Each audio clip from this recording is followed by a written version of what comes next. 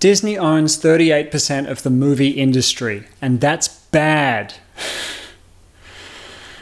Oh, I can't believe how long I've been trying to convince people of this kind of stuff, and I haven't had a lot of success in the past, so I really hope that this video lands, because this is something that means a lot to me as a creator with an arts background. So here we go. Seize the means of storytelling!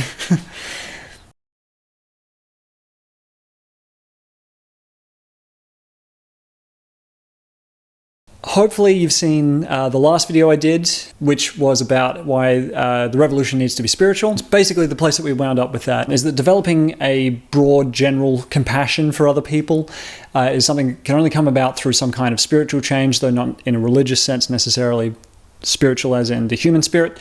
And I mentioned right at the end that art is a great way to do that.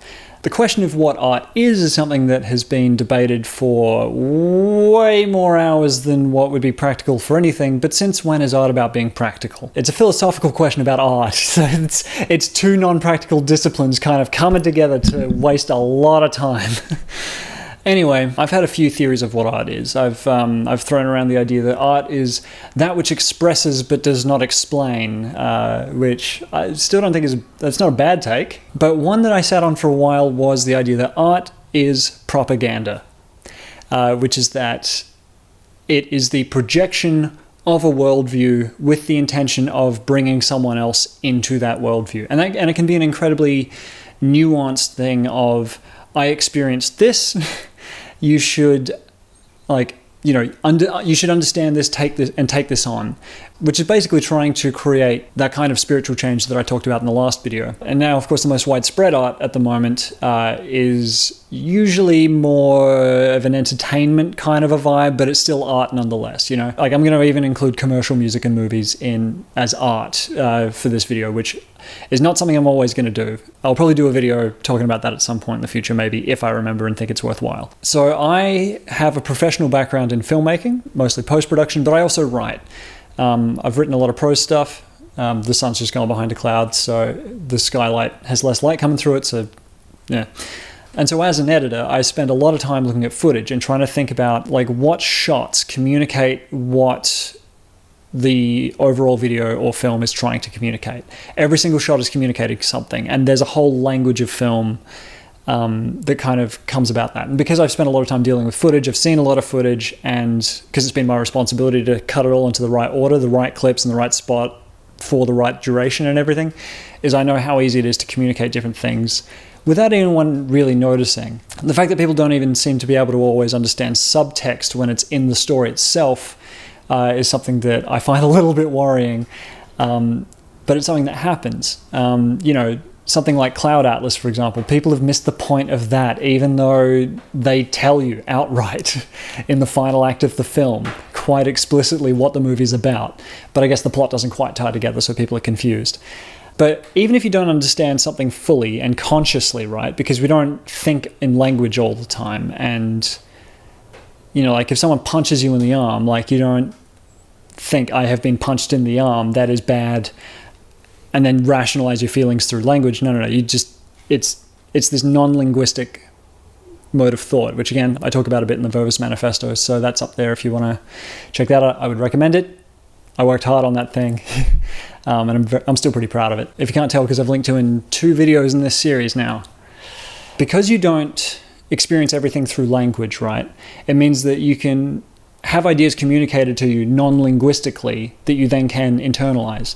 And if an idea, even one that you don't explicitly understand, is repeated to you often enough, you will internalize that. So it makes me a little worried when the movie industry, whose primary goal is to make money and not to communicate important, worthwhile things about the human experience, which, that's not necessarily what stories are supposed to do, but you know what I'm saying. They're not trying to get the special sauce, whatever that is.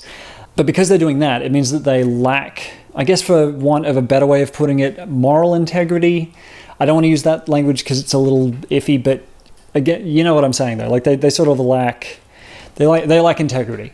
There's also plenty of Hollywood movies that have been sponsored by the US military, which of course means that they're going to have a pro-military stance. So there's that for a start. But more importantly, the stories we tell ourselves influence the way that we think, even if not consciously.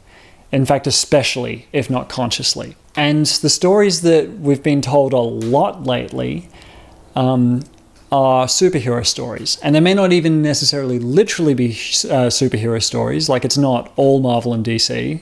You've also got Star Wars. But I would argue that Star Wars also has a bit of a superhero kind of a vibe about it as well, because ultimately it is boiling down to one or a small group of elite individuals who swoop in and save the day. And that gets internalized by us. And so I think that's sort of why a lot of people can get a bit complacent, because the story that we've been telling ourselves is, if the world is in danger, then a team of crack specialists will swoop in and save the day, which is not necessarily going to happen.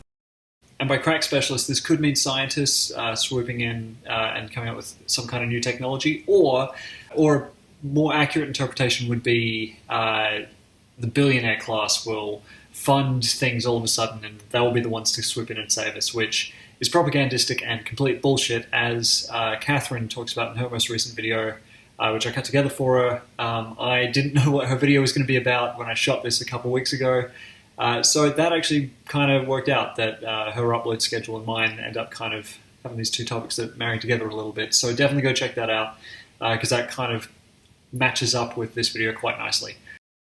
You know, Bernie Sanders, for example, is not going to save us. But his campaign makes that explicitly clear, which is why Bernie's campaign is very collectively focused, because he understands that it takes an entire nation of people to create the kind of change that he and his supporters would like to see. My point is that, generally speaking, movies are products at the moment. You know, large corporations own most of the movie industry. Indie studios barely exist. It means that the stories that we're being told are either explicitly pro-status quo, in the case of things that are being funded by the military, or they're just lazy, bland imitations of stories that may have had a more nuanced and worthwhile message in the past, but have since become imitations of imitations of imitations. And also, because everything's a remake and a reboot, it means that we're losing imagination within the broader populace. I'm not saying that imagination doesn't exist, but I'm saying that your average person on the street does not imagine as much as they may have in previous times, because we're not invited into these strange and wonderful new worlds that show us that things could actually be vastly different. You know, this was sort of the promise of sci-fi back in the day, is that sci-fi was all about looking to the future and either seeing utopia or destruction. Whereas a lot of movies these days, the status quo is ultimately where the story ends. Nothing is vastly different. And so how does this relate to Marxism? It's because there is a very powerful channel of influence and attention, social capital, which I talked about back in the first video, that is owned by people who already have a lot of power. And what we need to see is we need to see more diverse voices saying more imaginative things, and spreading more messages of self-actualization, of surrendering of one's ego, of learning to generalize compassion, like I talked about in the previous video. The important takeaway is that the stories that we tell ourselves are very important to how we understand the world, and how we understand the world influences the kind of spiritual state that we exist in a default way. And then our default spiritual state influences our level of compassion for other people, and our level of compassion for other people influence how we fight for our economic systems and how we begin to restructure our society. So you see, all these things are starting to layer up, you know. So the fact that there is a small group of people with similar interests telling the vast majority of stories should be deeply worrying to everyone. And there are people doing other stuff, but they tend to be in mediums that are less popular, because there's less opportunity for commercialization within those spaces, which is why they tend to be a bit more untouched by corporate interests. Not totally untouched, but there's at least a more strong, thriving grassroots thing going on. Poetry, for example, is a great one. No one is making any money off of poetry, which means that poetry is pretty well untouched by corporate interests. Whereas if there was a huge market for poetry, then sure. But yeah, I am yet to meet a pro-capitalist poet, put it that way. Make sure that you support small creators, particularly the ones of an artistic bent, like me. So you can do that by checking out the stuff that I've made on my website, jamescfinlay.com. If you want to support me financially, I've got a Patreon link down in the D box as well. The series is going to keep going, so make sure you subscribe to this channel, give it a like, give it a comment, add it to a playlist, share it with your friends, only if you think they'll like it or find it interesting or whatever. I mean, hell, even hate sort of is useful in the age of attention. So even if you don't think they'll like it, make them watch it and make them dislike it because, hey, that's still more views for me. In fact, get them so riled up that they leave 15 angry comments because, like, I could use the attention. This is the bizarro world we live in. I can cry for abuse and it's in my own self-interest.